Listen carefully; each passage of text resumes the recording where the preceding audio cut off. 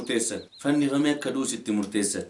mukatti Yesuusin fannisan namoonni osoo barbaadanii qilxuu guddaa jigee ciisu argan qilxuun sun qilxuu isa kam akka ta'e hubatteetta gaara gubbaa dhaabatee isa guddinaa fi ulfina Waaqayyoo agarsiisuudhaaf abjochaa ture sana maarree hanga har'aatti ulfinaa fi guddina Waaqayyoo kan namoota yaadachiisu mukti akka fannoo Kiristoos Yesuus maaltu jira namoonni baay'een ni abjootu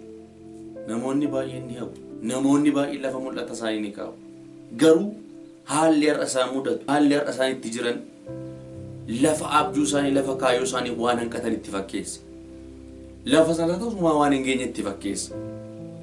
garuu haa turus haa bubbulus malee lafa kaayoo kee toon gahin hin duutu lafa Waaqayyoo sitti hime sana toon hin gahin hin duutu lafa Waaqayyoo siif akeeke sana toon gahin hin duutu lafi abjuu ofii wal qixxaataa miti bu'aa bayii qaba lafi kaayoo ofii wal qixxaataa miti bu'aa bayii qaba